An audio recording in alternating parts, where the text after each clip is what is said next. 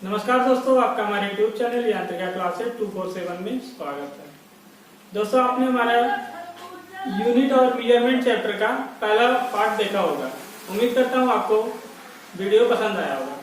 आज उसी चैप्टर का दूसरा पार्ट बनाने जा रहा हूँ, तो चलिए शुरू करते हैं।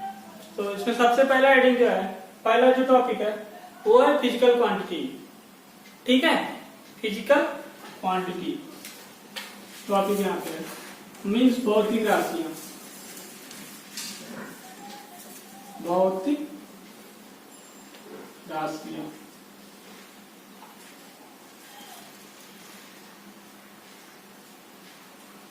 आइए समझते हैं कि भौतिक राशियां होती क्या है।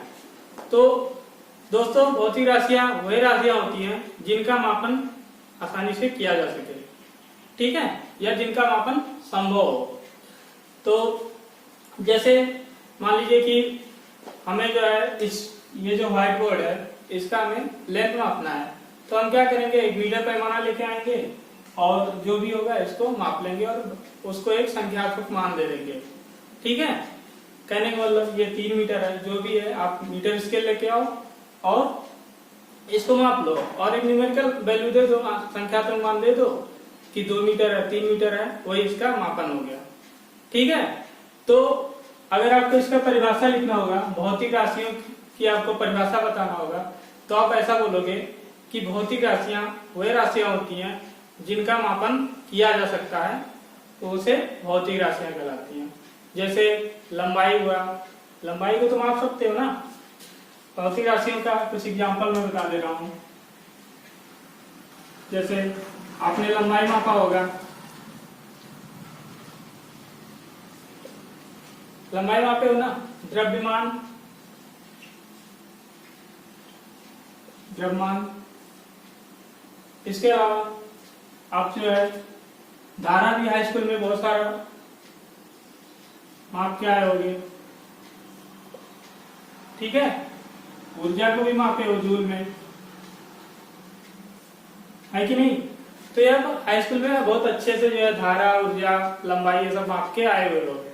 तो यही सब जो राशियां हैं जिनका मापन किया जा सके वो हमारे क्या है, भौतिक राशियां कहलाती हैं।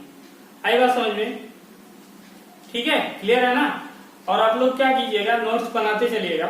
ठीक है, आप लोग नोट्स बनाते चलिए, साथ ही साथ जो हेडिंग है हेडिंग लिखिए, साथ में आप नोट्स बनाते चलिएगा, तो आपके लिए फायदा होगा। इससे प्रिपरेशन आपकी अच्छी हो जाएगी।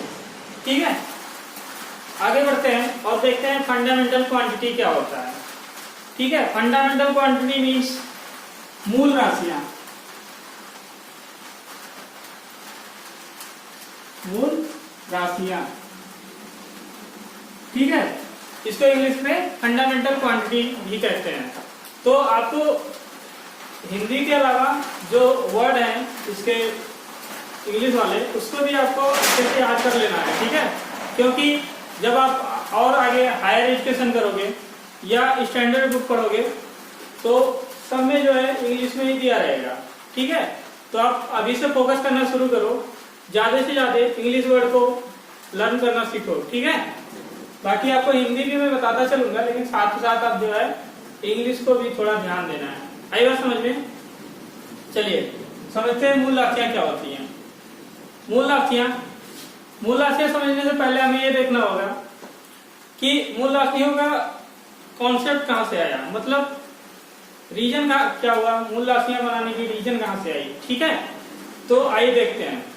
हम जानते हैं कि जो हमारा भौतिक राशियां है वो लगभग 700 से 800 है। अगर आप अपना बुक उठा के देखोगे तो उसमें लगभग 700 से 800 आपको भौतिक राशियां देखने को मिलेंगी। अब इतनी सारी भौतिक राशियां हैं, तो आप ही सोचो, अगर 700-800 भौतिक राशियां हैं तो आप इनको इजीली पढ़ पाओगे? आप कैसे लर्न कर पाओगे, याद कैसे कर पाओगे? तो अभी आपसे बोला जाए कि आप 2 डेफिनेशन याद कर लो, तो आपको 3 दिन 4 दिन लग जाते हैं 2 डेफिनेशन याद करने में। तो आप 700-800 भौतिक राशियों को कैसे लर्न कर पाओगे? तो क्या हुआ कि इनकी जो है एक व्यवस्था बनाई गई, कैटेगरी बनाई गई, जिसमें ये देखा गया कि कुछ भौतिक राशियां ऐसी थी, कुछ भौतिक राशियां ऐसी हैं जो एक दूसरे से बनती हैं, मतलब आपस में संबंधित हैं। जैसे आप एक एग्जाम्पल समझिए, आप लंबाई ले लीजिए, आप एग्जाम्पल देखिए। जैसे मान लीजिए कोई कमरा है, ठीक, मान लीजिए ये कमरा है ना, कमरा दिखता होगा ना भाई, कमरा आपको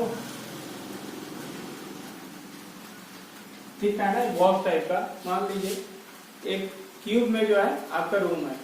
अब हम बोले कि जो है इसका आप लंबाई बताओ, तो आप क्या करोगे, आप जो है ये डिस्टेंस माप लोगे और बोलोगे सर ये हमारी लंबाई हो गई। ठीक है भाई, अब आपसे बोला गया कि इसकी चौड़ाई मापो, तो आप क्या करोगे, वही स्केल लोगे और इसकी चौड़ाई आप ये वाली माप लोगे और बोलोगे सर ये जो हमारी, या यहाँ पे आप देख लो ये वाली, ये क्या हो गया हमारा, चौड़ाई हो गई। ठीक, अब हमने बोला कि जो इसकी ऊंचाई बताओ कितनी है, तो आप वही स्केल लोगे, वही मीटर पैमाना लोगे जो आप लंबाई मापने के लिए लिए थे, और इसको जो है यहां से बोलोगे सर ये हमारा ये ऊंचाई है इसकी। ठीक है, अब हमने कहा भैया आप ऐसा करो कि जो इसका क्षेत्रफल बता दो, तो आप कहोगे कि एरिया जो होगा इन दोनों का गुणा करा देंगे तो हमें क्या क्षेत्रफल मिल जाएगा। हम बोलेंगे भैया इसका आयतन निकाल के दिखाओ, तो आप जो है वॉल्यूम निकालोगे, वॉल्यूम में क्या करोगे, तीनों को गुणा कर दोगे। ओके, तो आपने क्या देखा इस एग्जाम्पल में, आपने क्या देखा, आपने ये देखा कि जो लंबाई है उसी से कनेक्टेड एरिया हुआ, वॉल्यूम हुआ, निकल के आई। ठीक है, तो ऐसे ही मूल राशियों का जो कॉन्सेप्ट है यहीं से लिया गया है कि मतलब आप जो है एक ऐसी कैटेगरी बना दीजिए जिसके अंतर्गत और बाकी सारी भौतिक राशियां आती हो। तो हमने जैसे लंबाई लिया, लंबाई से कनेक्टेड भौतिक राशियां हमारा क्षेत्रफल हो गया, वॉल्यूम हो गया, और भी जो है इसके अंतर्गत आएंगी। ठीक है, तो आपको समझ में आया ना कि भौतिक राशियां के लिए अब कौन सी कितनी कैटेगरी बनाएगी, तो 7 कैटेगरी बनाएगी। इसको भौतिक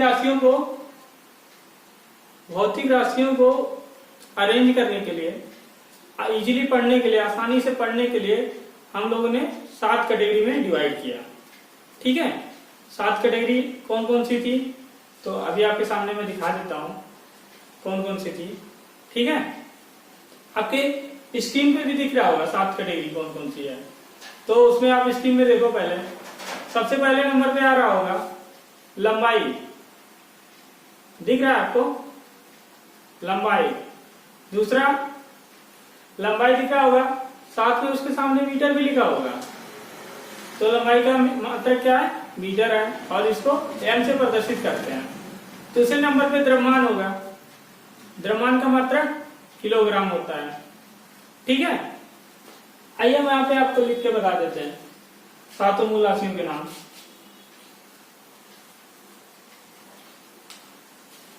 तो पहले जो मूल, आइए आपको एक टेबल बना के दिखाते हैं।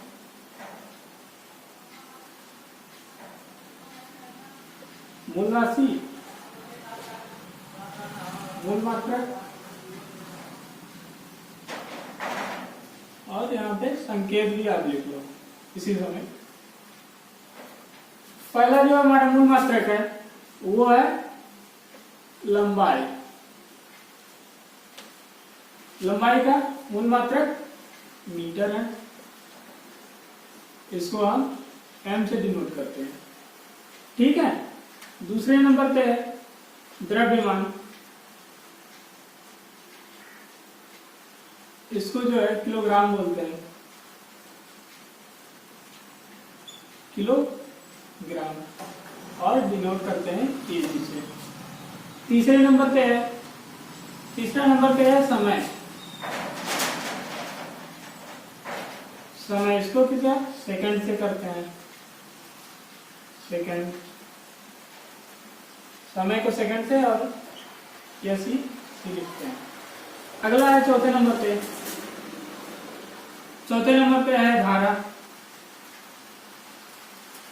इसको एम्पियर, ठीक है, एएमपी लिखते हैं इसको, या सिंपली जो है ए से प्रदर्शित करते हैं। अगला है 5वें नंबर पे ताप। ताप का जो मात्रक है वो क्या है, केल्विन है। इसको हम कैसे, कैपिटल के से प्रदर्शित करते हैं। 6 नंबर पे है, 6 नंबर पे है पदार्थ की मात्रा। पदार्थ की मात्रा जिसको हम मोल बोलते हैं, और यहाँ भी लिखते हैं MOL। एक अगला है 7वें नंबर का। 7वें नंबर पे आप देखेंगे तो एक है ज्योति तीव्रता करके, ज्योति तीव्रता। ज्योति तीव्रता का कैंडेला होता है, कैंडेला, इसको CD से प्रदर्शित करते हैं। आई बात समझ में। ये 7 मूल राशियां हैं, 7 मूल राशियों को आपको पढ़ना है और इसी से संबंधित बाकी जो मूल राशियां हैं वो आ जाएंगे, ठीक है। दिख रहा है ना आपको, तो ठीक है, आप नोट करते जाओ साथ ही साथ में। इरेज कर दूं। चलिए अगला देखते हैं, मापन। मापन क्या होता है। मापन को आप इस प्रकार समझिए, जैसे मान लीजिए कि आप मार्केट गए, मार्केट में आप गए और सब्जी वाले से बोले भैया हमें सब्जी दे दो, 5-4 किलो आलू दे दो। तो क्या करता है, एक तरफ तराजू के एक तरफ एक टुकड़ा रखता है लोहे का, और एक तरफ क्या रखता है, आपका आलू रखेगा। फिर 4 बार में 5 किलो लेना, 5 बार वो जो है तोल के आपको दे देगा। या फिर तो क्या हुआ, आप एक मानक है, आप भी जानते हो कि वो जो लोहे का टुकड़ा है वो किलोग्राम में, 1 किलोग्राम, ठीक है। या फिर ऐसे ही मान लीजिए आपको ये इसका व्हाइट बोर्ड है, उसका लेंथ मापना है, तो आप क्या किए, एक रॉड लिए, उसके 2 जगह टीक लगाए और बोले भैया ये 1 मीटर है, और उसके थ्रू जो है आप इसको माप लिए और बता दिए कि इसकी लेंथ कितनी है। तो आप वही जो मानक प्रयोग किए हुए, ठीक है, जो आप मानक प्रयोग करते हैं, तो उसी को ही मापन कहलाता है। किसी यूनिट से तुलना कर दो तो क्या कहलाता है, मापन। मतलब किसी भौतिक राशि का किसी निश्चित मानक से तुलना करना, भौतिक राशि का उसके किसी निश्चित मानक से तुलना करना क्या कहलाता है, मापन कहलाता है। आई बात समझ में। न्यूमेरिकल वैल्यू क्या होता है, आंकिक मान।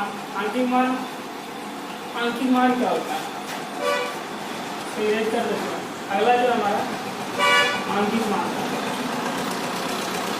आंकिक मान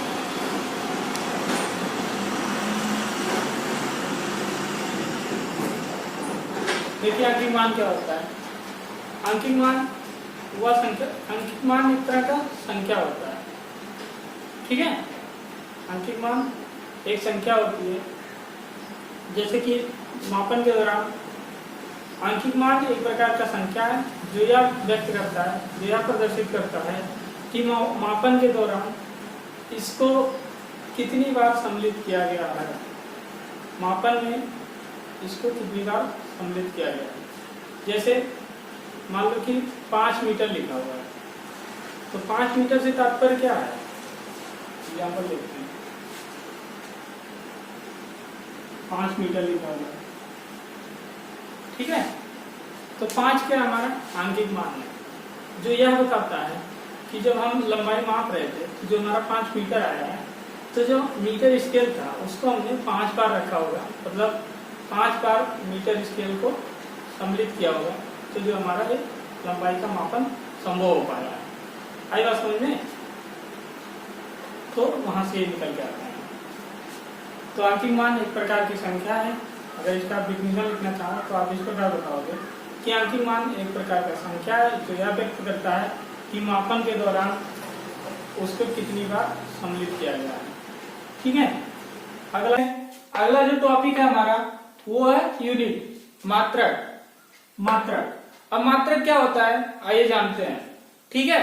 तो मात्रक को हम इस प्रकार बोल सकते हैं कि मापन के लिए बनाए गए मानक को मापन के लिए बनाए गए मानक को ही मात्रक कहते हैं। जैसे अभी हमने क्या किया था, मान लीजिए लंबाई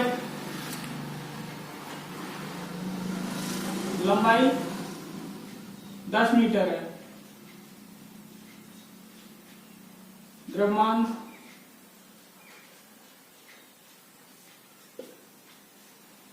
10 किग्रा है। तो ये जो मीटर है, किग्रा है, ये सब क्या है, हमारे यूनिट है। ठीक है, आगे बढ़ते हैं। आई बात समझ में? कोई डाउट? अगर कोई डाउट होगा तो आप जो है कमेंट सेक्शन में कमेंट करके पूछ सकते हो। ठीक है, पूरक राशि व पूरक मात्रक। ठीक है, तो आइए देखते हैं, आइए जानते हैं कि पूरक राशि व पूरक मात्रक क्या होते हैं और ये क्यों बनाए गए। मतलब ऐसी क्या जरूरत पड़ गई कि 7 मूल राशियां होने के बाद भी इसकी जरूरत पड़ गई बनाने की। तो क्या हुआ कि 7 मूल राशियों की सहायता से लगभग हमने दुनिया की जितनी भौतिक राशियां थी लगभग सभी का जो है मापन कर डाला था, लेकिन 2 चीजें ऐसी रह गई थी जिनका मापन नहीं कर पाए। ठीक है, तो वो 2 चीजें क्या थी, आइए देखते हैं। पहला जो चीज था वो ये कि हम 2 तलों का झुकाव नहीं नाप पाए। मतलब कि मान लो ऐसे 2 प्लेन है या 2 लाइन है, ठीक है, इनके बीच का झुकाव कितना है, ये जो है मूल राशियों की सहायता से नहीं माप पाए। तो इसके मेजरमेंट के लिए, इसके मापन के लिए हमने एक नई यूनिट का, नई राशि का उत्पन्न किया, जिसका नाम रखा हमने कोण। ठीक है, कोण, जिसको थीटा से डिनोट करते हैं। ठीक है, और जो दूसरी भौतिक राशि थी, जो दूसरी भौतिक राशि जिसका मापन हम नहीं कर पाए, वो थी ये चीज। आप लोगों ने हाई स्कूल में पढ़ के आया होगा, शंकु पढ़ के आए हो ना, कुछ ऐसे टाइप का होता है, जोकर की टोपी टाइप का होता है ना, शंकु, कौन बोलते हैं इसको। तो क्या हुआ कि जो इसकी परिधि है, मान लो मुझे ये चीज हमें मापना है, ये चीज मापना है, ये मापना है या ये मापना है। तो इसके मापन के लिए हमने जो है, हमारे पास कोई भौतिक राशि नहीं था, तो हमने एक नई भौतिक राशि खोज डाली जिसका नाम था घन कोण। ठीक है, घन कोण, इसको जो है ओमेगा से प्रदर्शित करते हैं, ओमेगा।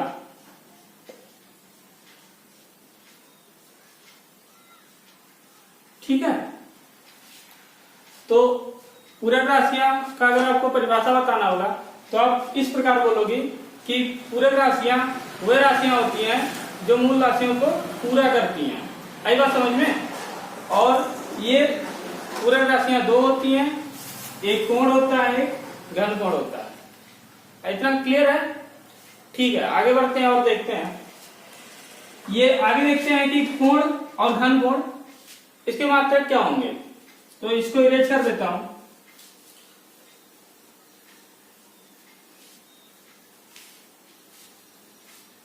अब देखते हैं कोण। पहली जो पूरक राशि है वो क्या है, कोण। इसको हम लोग थीटा से डिनोट करते हैं।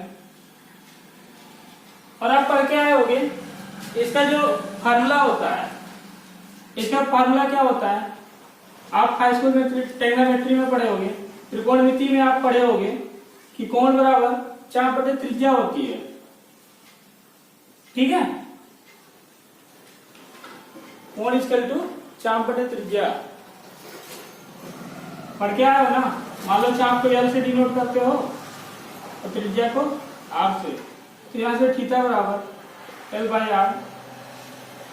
ठीक है, एक फार्मूला निकल के आता है। इसका यूनिट क्या होगा, तो इसका जो यूनिट निकल के आता है उसको हम लोग रेडियन बोलते हैं। ठीक है, क्लियर है इतना? आइए दूसरा देखते हैं, घन कोण।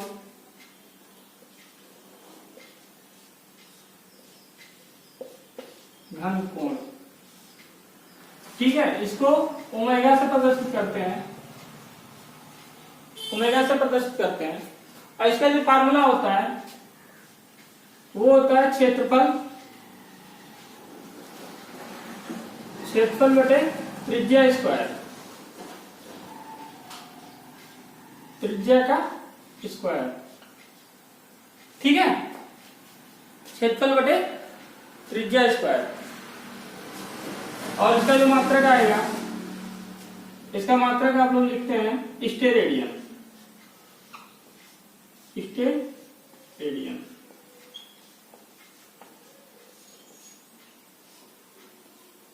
बात आई समझ में? ठीक है, चलिए, अगर इतना क्लियर है तो आप इसको नोट कर लीजिए और आगे बढ़ते हैं।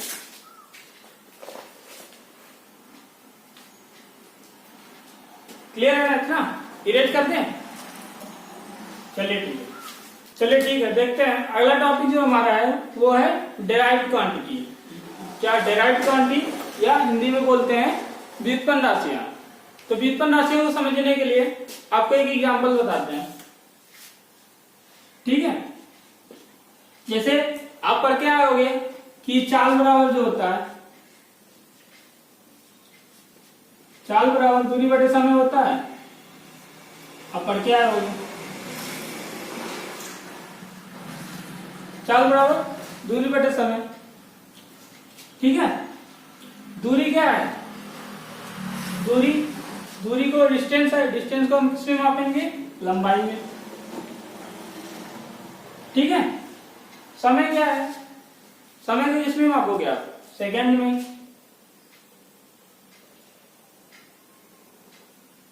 सॉरी,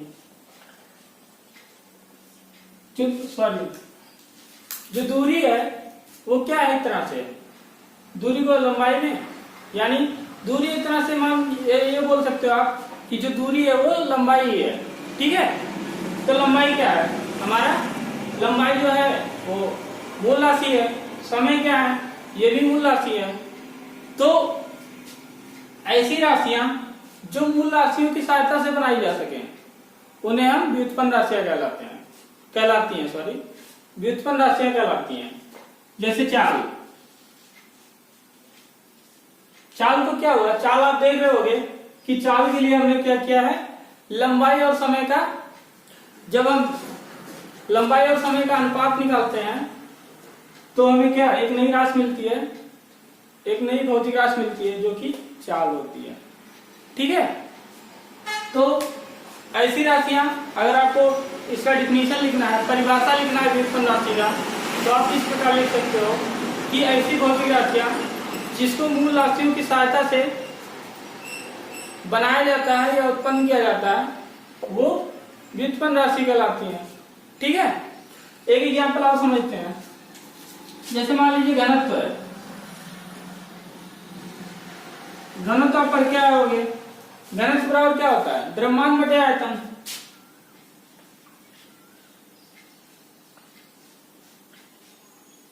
हाई स्कूल में पढ़े हो ना, द्रव्यमान बटे आयतन, ठीक। अब द्रव्यमान क्या है? एक तरह से द्रव्यमान तो मूल राशि है ना। आयतन क्या है? आयतन अगर आप देखोगे, आप एक यहां पे देखिए, तो जैसे ये हमारा कोई क्यूब है,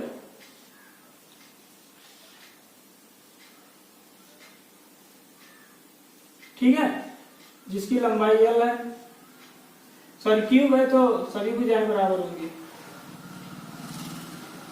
ये भी A है और ये जो चौड़ाई है ये भी A ही है, ठीक है।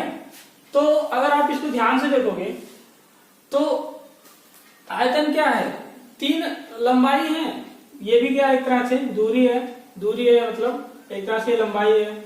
अगर आप इस फॉर्म में देखेंगे तो ये भी लंबाई है और ये भी लंबाई है। तो मतलब जो आयतन निकल के आया है वो अलग अलग दिशाओं में लंबाइयों का गुणनफल जो है वो आयतन होता है। ठीक है, कहने का मतलब ये मूल राशि ही एक तरह से है, मतलब मूल राशि से मिलकर बना है ना। तो आप ये कह सकते हो कि द्रव्यमान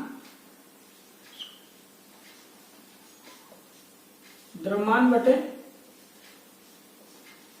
मीटर, ये लंबाई का स्क्वायर, लंबाई। ठीक है, तो क्या हुआ, अगर आप देखोगे तो द्रव्यमान जो है भौतिक राशि है, सॉरी मूल राशि है, और लंबाई भी हमारा मूल राशि है। इन दोनों की सहायता से हमारा जो है घनत्व बना है। तो ये जो घनत्व है ये हमारा व्युत्पन्न राशि हुई।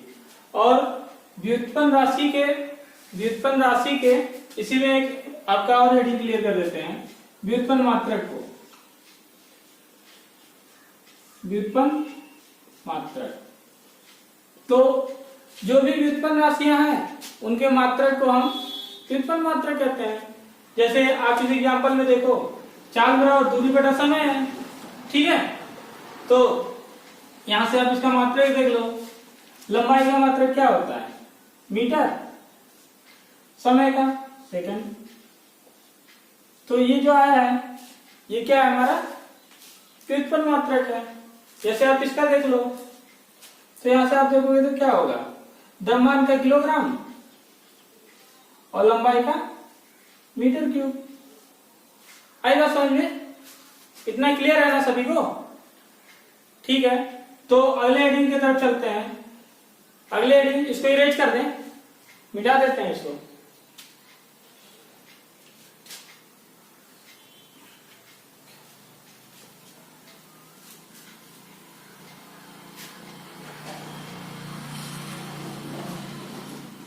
ठीक है, अगला जो हेडिंग है हमारा वो है relation between an and you. ठीक है, तो आपको पहले एन और यू समझना है कि एन और यू क्या है। तो एन जो है आपको स्टार्टिंग में फर्स्ट पार्ट में वीडियो में थोड़ा बहुत इसका चर्चा किया था, आज डिटेल में चर्चा करेंगे। ठीक है, तो एन जो है हमारा वो आंकिक मान है और यू जो है हमारा मात्रक है। ठीक है, यानी आप ये बोल सकते हो हेडिंग में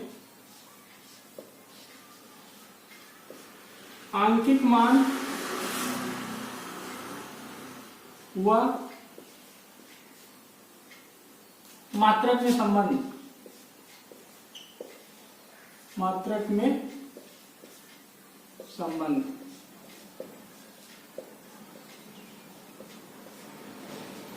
ठीक है, आंकिक मान व मात्रक में संबंध। आंकिक मान को हम लोग एन से डिनोट करेंगे, स्मॉल एन से, और मात्रक को यू से। ठीक है, तो इसमें क्या संबंध होता है आइए देखते हैं। तो आपको एक एग्जांपल दिखाता हूं, ध्यान से देखिएगा। ठीक है, जैसे मान लीजिए 15 किलोमीटर लिखा है, 15 किलोमीटर लिखा हुआ है। अब इसको हम क्या करेंगे, मीटर में चेंज करेंगे। तो क्या होगा, 15 और 3 पूरा हो जाएगा, मीटर हो जाएगा। ठीक है, इसी को जो है हम सेंटीमीटर में चेंज करेंगे। तो क्या होगा, 3 है और 2 जीरो और आ जाएगा, तो क्या हो जाएगा, सेंटीमीटर। इसी को हम mm में चेंज करेंगे। तो क्या हो जाएगा, 5 था, 6 जीरो आ जाएगा, 3, तो क्या हो जाएगा ये mm। अब इसमें आप ध्यान से देखिए तो क्या हो रहा है, जैसे जैसे हमारा यूनिट छोटा होता जा रहा है हमारा न्यूमेरिकल वैल्यू बढ़ता जा रहा है। ठीक है ना, देख रहे होंगे आप। यानी आप यहां से कह सकते हो कि n जो है n बढ़ेगा, n बढ़ेगा।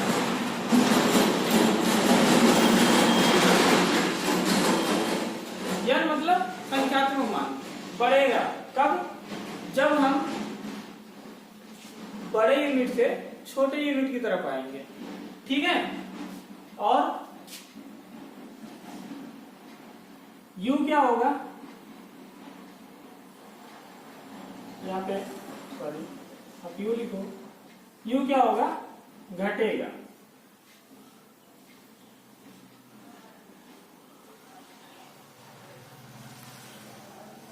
दिख रहा होगा आपको ना, ये चीज आपको समझ में आ रहा है कि नहीं, ध्यान से समझिएगा, बहुत अच्छी कॉन्सेप्ट है। आप अगर ये समझ गए तो फिर आपको यूनिट कन्वर्जन में दिक्कत नहीं होगी, एक मात्रक से दूसरे मात्रक में आपको परिवर्तन करने में दिक्कत नहीं होगी। ठीक है, तो आप एक बार फिर से रिवाइज करके देख लीजिए इसको। देखिए मान लीजिए 15 किलोमीटर है, ठीक है, 15 किलोमीटर है, आप उसको क्या करो, अगर आप उसको मीटर में चेंज करोगे तो क्या हो रहा है, आप देखोगे कि जो उसका संख्यात्मक मान था वो बढ़ गया और मीटर यूनिट जो है छोटी हो गई। ठीक है, ऐसे ही आप जब इसको सेंटीमीटर में चेंज करोगे तो क्या होगा, ये संख्यात्मक मान जो है बढ़ता जा रहा है और यूनिट हमारा कम हो जा रहा है। ऐसे इनवर्ट में करोगे, न्यूमेरिकल वैल्यू बढ़ता जा रहा है और यूनिट कम हो जा रहा है। ठीक है, तो इससे आप एक चीज सीखने को मिलेगा कि जो हमारा यन है वो इसके व्युत्क्रमानुपाती है। ठीक है, और आपको पता होगा कि जब प्रोपोर्शनल ये समानुपाती या व्युत्क्रमानुपाती का चिन्ह हटाते हैं तो एक कांस्टेंट आता है, एन बराबर के इंटू 1/u। अब इसको अगर देखोगे के बराबर एन में आएगा। ठीक है, क्या समझ में आया? मतलब अगर आप, इसका मतलब क्या है, ये जो हमारा आंकिक मान है और ये मात्रक है, मतलब ये है कि अगर आप आंकिक मान और मात्रक का गुणा करोगे तो वो हमेशा एक कांस्टेंट वैल्यू देगा। ठीक है, कांस्टेंट होगा। ठीक है, इसको इरेज कर दें, इरेज कर देते हैं और देखते हैं आगे का कॉन्सेप्ट। तो इसको इरेज करते हैं फिर बताते हैं आपको।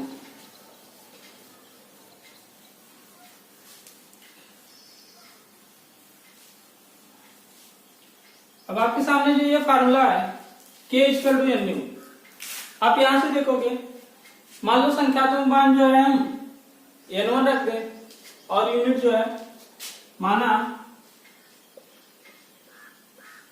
माना मेरा जो ये n1 है, माना संख्यात्मक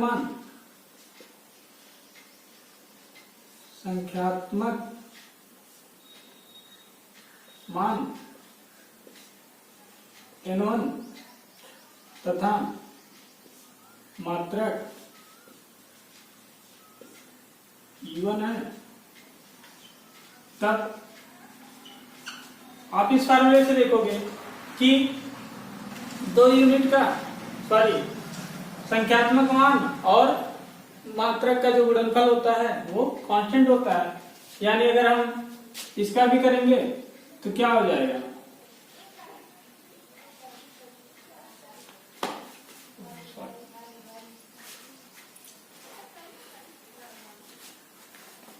आप यहां पे देखो। ठीक है, तो इन दोनों का गुणा कराते हैं, n1 e1, यही तो, और जो मान आएगा वो कांस्टेंट होगा। कांस्टेंट है तो कुछ भी रख सकते हो, मान लो यहाँ पे k1 रख लिया। इसी प्रकार k2 इक्वल टू क्या हो जाएगा, n2 u2। ठीक है, या फिर इसको आप मिटा दो, ऐसे रहने दो। तो आप अगर इसको देखो समीकरण फर्स्ट से, इसको आप समीकरण फर्स्ट मानिए, इसको समीकरण सेकंड। तो अब भैया देख लो समीकरण फर्स्ट और सेकंड से, तो लेफ्ट साइड बराबर है तो राइट साइड ऑटोमेटिक बराबर होगा। यानी इसको मिला दे रहे हैं, इसको मिटाते हैं, और तो आप यहाँ से देखोगे कि जो हमारा फार्मूला निकल गया है n1 u1 बराबर n2 u2। ठीक है, आप जो है वो पहला फार्मूला याद रखो, k equal to n into u, और ये फार्मूला आपके लिए काफी इंपॉर्टेंट है, n1 u1 बराबर n2 u2। ठीक है, अब इस पे आधारित हम कुछ एक दो एग्जांपल बताएंगे आपको कैसे आपको कन्वर्जन करना है। ठीक है, आइए देखते हैं।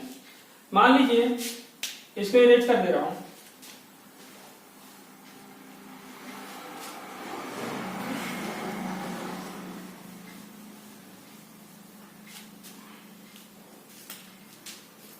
मात्रक परिवर्तन, मात्रक रूपांतरण,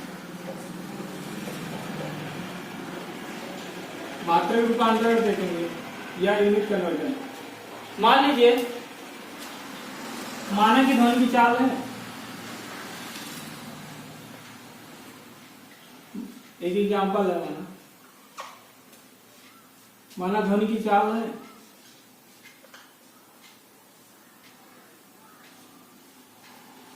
ध्वनि की चाल माना ध्वनि की चाल जो है 320 मीटर पर सेकंड दिया है। ठीक है, और आपसे बोल रहा है कि आप इसको जो है 320 मीटर पर सेकंड है, आप इसको जो है किलोमीटर पर सेकंड में चेंज करके दिखाओ, सॉरी किलोमीटर पर मिनट में चेंज करके दिखाइए। ठीक है, यही तो है। हाँ, तो आपको करना है क्या है, 300 मीटर पर सेकंड है, उसको आपको क्या करना है, किलोमीटर पर मिनट में चेंज करना है। तो आप क्या करोगे, यहां से आप अगर देखोगे ध्यान से तो ये जो हमारा है 320, तो 320 हमारा N1 हो जाएगा, ये जो है मीटर पर सेकंड, इसको ये E1 हो जाएगा। यहां से देखोगे यहां पे N2 पूछा है और U2 किलोमीटर पर मिनट दिया है। तो आपको अभी एक फार्मूला इससे जस्ट पहले ही बताया था कि जो हमारा N1 E1 होता है वो N2 E2 के बराबर होगा। ठीक है, ये जो सूत्र है N1 E1 बराबर N2 E2, इस पे जो है अप्लाई कीजिए। तो N1 की जगह पे 32 रखिए, E1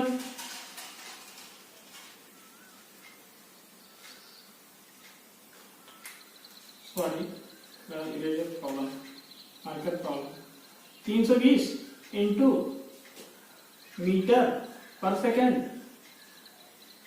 N2 की जगह पे N2 पूछ ही रहा है और यहाँ पे क्या होगा U2 किलोमीटर पर मिनट। अब यहाँ पे आपको देखना है कि हमें ये निकालना है। तो 320 इंटू मीटर पर सेकेंड, यहाँ पे N2, और 1 किलोमीटर को मीटर में बदलना है। तो आप यहाँ पे क्या कर देंगे, मतलब कैसे भी करके आपको यूनिट दोनों तरफ का सेम करना है। तो आप यहाँ पे क्या कर दो, आप यहाँ पे क्या करोगे 1000 कर दोगे, 1000 मीटर होता है ना। फिर यहाँ पे मिनट, तो 1 मिनट में कितना 60 सेकंड होता है ना, 60 सेकंड। तो आप यहाँ से देख लोगे मीटर से मीटर कटेगा, सेकंड से सेकंड कट जाएगा, और 1 से यहाँ कट जाएगा, और कुछ कटने वाला, 1 0 से 1 0 कट जाएगा, और कितना बचेगा। तो यहाँ से आप N2 फाइंड करोगे तो आएगा 32 इंटू 6 अपॉन 10। ठीक है, इसको आप सॉल्व कर लीजिए तो कितना आएगा 19.2। माना कोई बल है, बल, ठीक है, जो कि 15 kilogram metre per second square.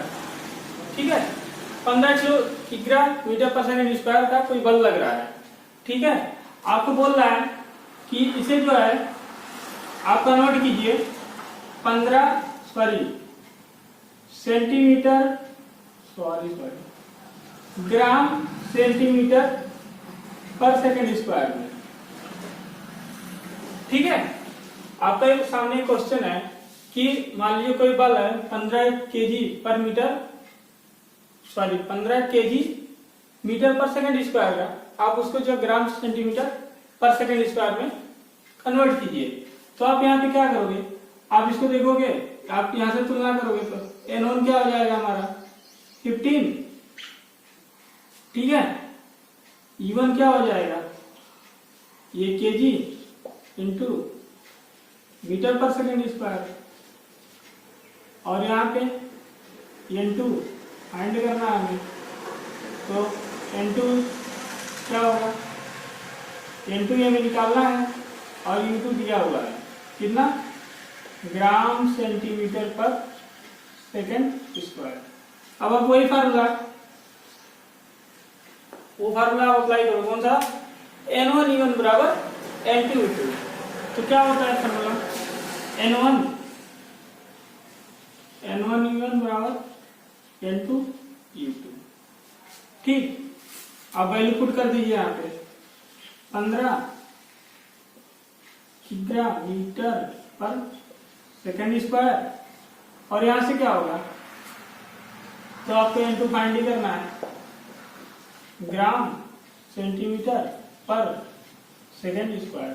Second square से सेकंड स्क्वायर कट जाएगा, बचा 15, यहाँ पे केजी है वहां पे ग्राम है, तो आपको कन्वर्ट किसमें करना है, ग्राम में ना। तो आप इसको कन्वर्ट करोगे, 1 केजी में 1000 ग्राम ना, और मीटर है तो उसको किसमें करना है, सेंटीमीटर में। तो 1 मीटर में 100 सेंटीमीटर, और यहां से N2 क्या आएगा, ग्राम सेकेंड। तो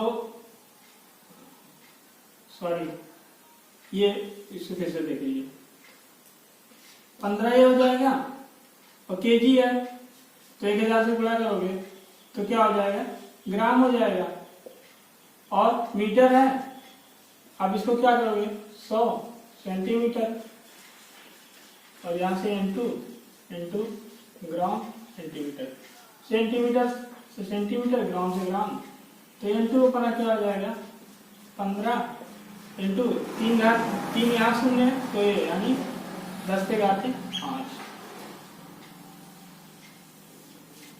आई बात समझ में, ठीक है। तो उम्मीद करता हूं आपको यूनिट कन्वर्जेशन समझ में आया होगा।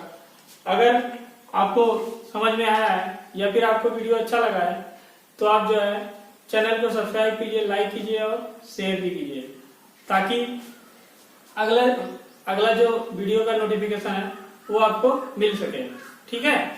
और नेक्स्ट क्लास हमारा जो भी होगा उसमें हम मापन एवं मात्रक से संबंधित कुछ क्वेश्चन सॉल्व कराएंगे और फिर अगले चैप्टर पे डिस्कस करेंगे, ठीक है। तो आप हमारा अगला वीडियो नेक्स्ट पार्ट जरूर देखिएगा, ठीक है। Thank you.